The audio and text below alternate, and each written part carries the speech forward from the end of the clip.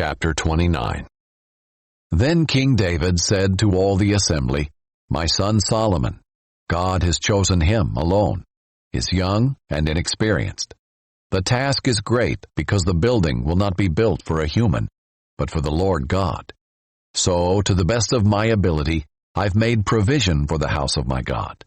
Gold for the gold articles, silver for the silver, bronze for the bronze, iron for the iron, and wood for the wood, as well as onyx, stones for mounting, antimony, stones of various colors, all kinds of precious stones, and a great quantity of marble. Moreover, because of my delight in the house of my God, I now give my personal treasures of gold and silver for the house of my God, over and above all that I've provided for the holy house. 100 tons of gold, gold of Ophir, and 250 tons of refined silver for overlaying the walls of the buildings, the gold for the gold work, and the silver for the silver, for all the work to be done by the craftsmen. Now, who will volunteer to consecrate himself to the Lord today?" Then the leaders of the households, the leaders of the tribes of Israel, the commanders of thousands and of hundreds, and the officials in charge of the king's work gave willingly. For the service of God's house they gave 185 tons of gold, and 10,000 gold coins, 375 tons of silver, 675 tons of bronze, and 4,000 tons of iron. Whoever had precious stones gave them to the treasury of the Lord's house, under the care of Jehiel the Gershonite. Then the people rejoiced because of their leaders' willingness to give, for they had given to the Lord wholeheartedly. King David also rejoiced greatly. Then David blessed the Lord in the sight of all the assembly.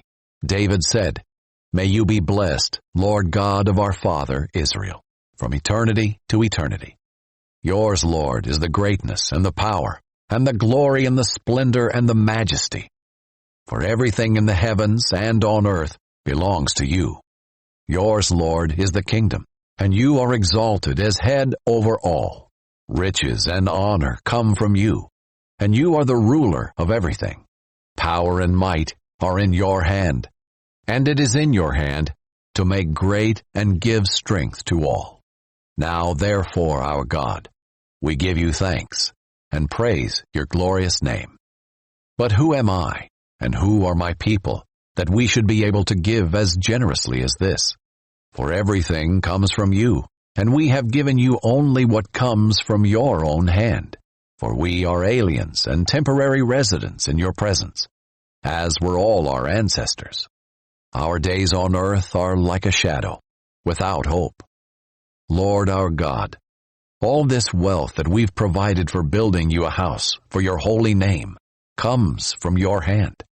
Everything belongs to you.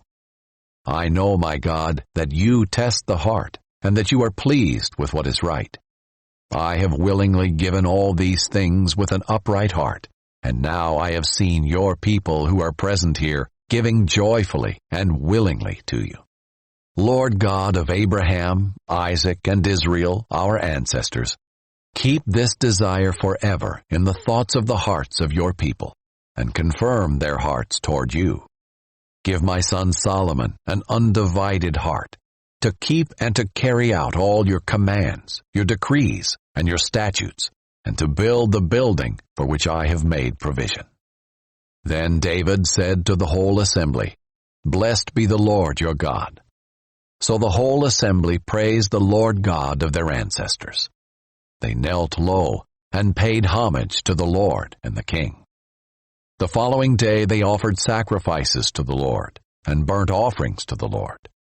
1,000 bulls, 1,000 rams, and 1,000 lambs, along with their drink offerings, and sacrifices in abundance for all Israel. They ate and drank with great joy in the Lord's presence that day. Then, for a second time, they made David's son Solomon king. They anointed him as the Lord's ruler, and Zadok as the priest. Solomon sat on the Lord's throne as king in place of his father David. He prospered, and all Israel obeyed him.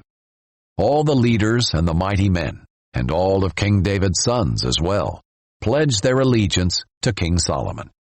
The Lord highly exalted Solomon in the sight of all Israel, and bestowed on him such royal majesty as had not been bestowed on any king over Israel before him. David, son of Jesse, was king over all Israel. The length of his reign over Israel was 40 years. He reigned in Hebron for 7 years, and in Jerusalem for 33. He died at a good old age, full of days, riches, and honor, and his son Solomon became king in his place.